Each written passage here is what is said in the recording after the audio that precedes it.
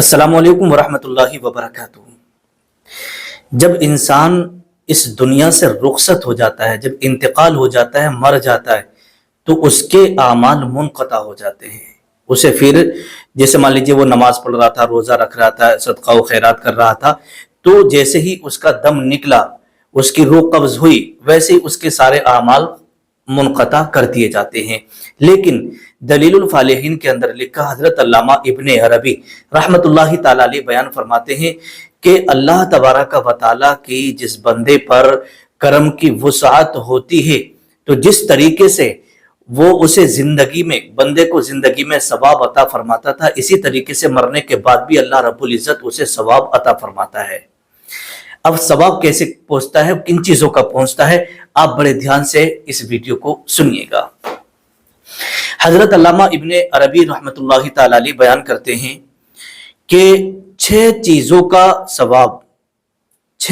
का सवाब मरने के बाद भी कयामत तक बंदे को मिलता रहता है। अब वो छह चीजें कौन कौन सी हैं, बड़े ध्यान और बड़े तवज्जो से आप सुनिएगा, क्योंकि हर इंसान को यहां से जाना है।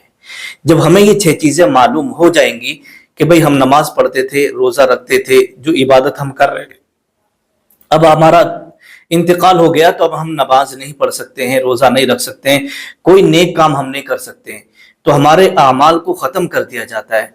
अब कब्र के अंदर जब बंदा चला जाता है ना, तो फिर मुर्दे को इतनी इतनी सी नेकी की भी वहां पर जरूरत होती है।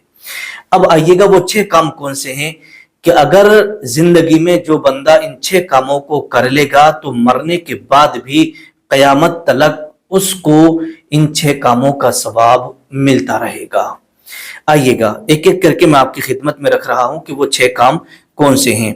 हजरत अल्लामा इब्ने अरबी रहमतुल्लाहि ताला अलैह फरमाते हैं कि जब इंसान का इंतकाल हो जाता है, तो बाद मरने की भी उसे इन छह कामों का सवाब मिलता रहता है। नंबर एक, सदक़े जारिया। मरने वाले इंसान ने कोई ऐसा सदका किया, अपनी तरफ से सदका किया, फिर उसका इंतकाल हो गया, तो उस सदक़े जारिया का भी सवाब मिलता रहता है। ठीक है, सदक़े जारिया जैसे मान लीजिएगा उसने कोई कुआं वगैरह खुदवा दिया, लोग उससे जो है पानी पी रहे हैं, या उसने मस्जिद वगैरह तामीर करवा दी, लोग उसमें नमाज पढ़ रहे हैं, तो सदक़े जारिया का भी सवाब उसे क़यामत तक मिलता रहेगा। नंबर दो, ऐसा इल्म जिससे नफा उठाया जाए।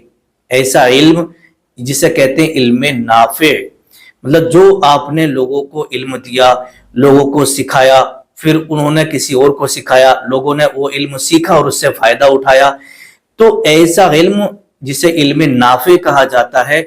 इंसान अगर किसी को सिखा करके चला गया, उसका इंतकाल हो गया, तो फिर ऐसे इल्मों का भी उसे क़यामत तक सवाब मिलता रहेगा।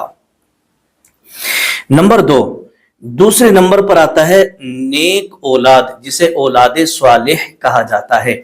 नेक औलाद, जाहिर सी बात है, आपके बच्चे हैं, लड़के हैं, लड़कियां हैं, है ना, और आपकी जो औलाद है ना, वो बड़ी नेक है, बड़ी स्वालिह है, मुत्तकी है, परहेजगार है, यानी पांचों वक्त की नमाज पढ़ती है, सदका व खैरात करती है, लोगों के साथ भलाइयां करती है, तो ये है औलाद सालेह।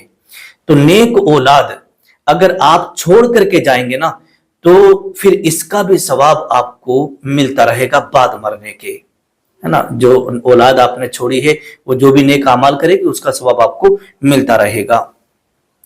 तीन चीजें हो गई। नंबर चार, चौथे नंबर पर हजरत अल्लामा इब्ने अरबी रहमतुल्लाहि ताला अलैह फरमाते हैं कि दरख्त लगाना, किसी ने दरख्त लगाया और उस दरख्त से, उसके साए में लोग आकर के बैठते हैं, उस दरख्त से लोग फायदा उठाते हैं, वो लोगों के काम में आ रहा है, हरा भरा है, उससे लोगों को यूं समझिएगा कि सारी चीजें फायदे उससे मिल रहे हैं। तो दरख्त अगर आपने लगा दिया है, तो इसका भी आपको बाद मरने के सवाब मिलता रहेगा। और आगे लिखते हैं नंबर पांच, पांचवें नंबर पर है काश्तकारी। काश्तकारी बोले तो यानी ये खेती किसानी। अगर आप खेती किसानी कर रहे, तो खेती किसानी करते हुए भी आपने जो, मतलब मान लीजिए धान लगाए, गेहूं लगाए, जो भी उसमें चीजें लगाई, उगाई और लोगों ने उसको खाया तो उसका भी सवाब आपको मिलता रहेगा। ये भी सदका जारिया है। नंबर 6, सरहद की हिफाजत करना।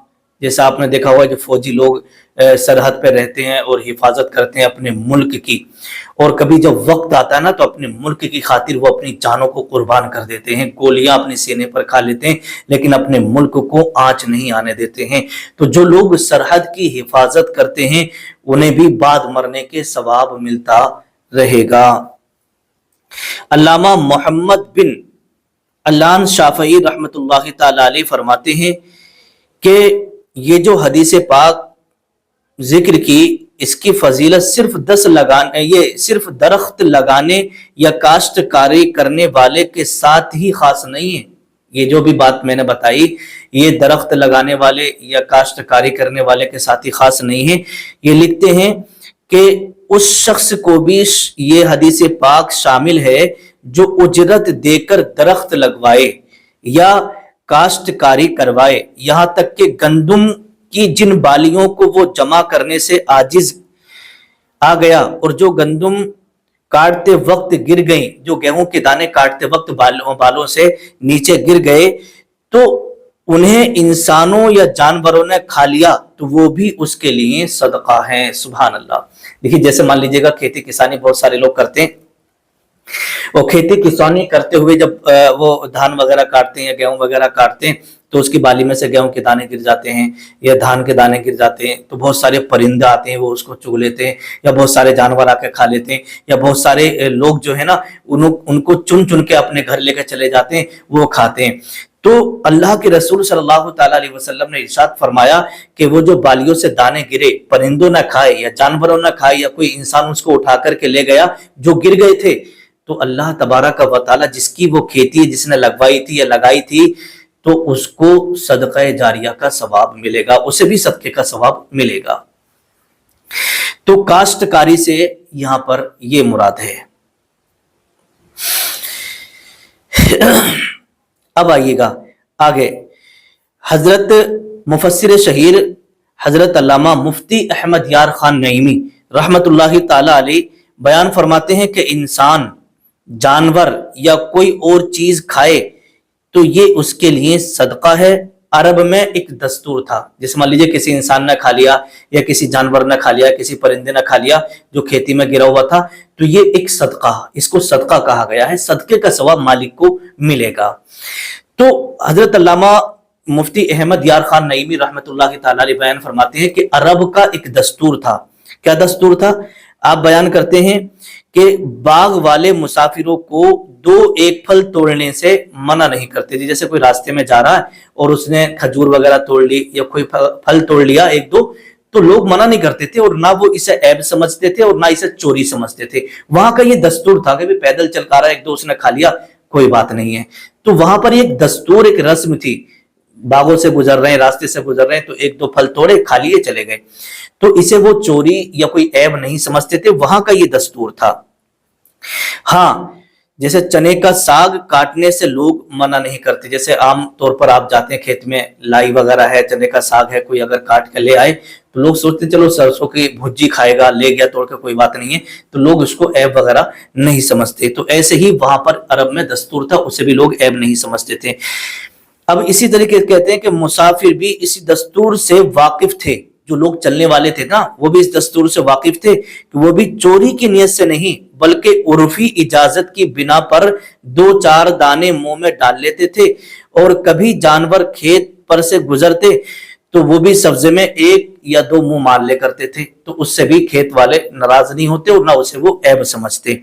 तो सरकार दो आलम सल्लल्लाहु ताला अलैहि वसल्लम ने इन सबको मालिक के लिए, जिसका वो खेत है या जिसका बाग है, मालिक के लिए सदका करार दिया है। सुभान अल्लाह। क्या दिया है? सदका करार दिया है। कभी बगैर नियत भी सवाब मिल जाता है। जो फल चोरी हो जाए तो वो मालिक के लिए सदका है। सब्र करने और उस नुकसान को बर्दाश्त करने पर जरूर सवाब मिलेगा। अगर किसी ने चोरी कर ली, फल वगैरह तोड़ लिए, तो मालिक को सदके का सवाब मिलेगा। तो ये सारी चीजें, तो पता चला कि इंसान के मरने के बाद भी इन 6 चीजों का सवाब कयामत तक उसे मिलता रहेगा।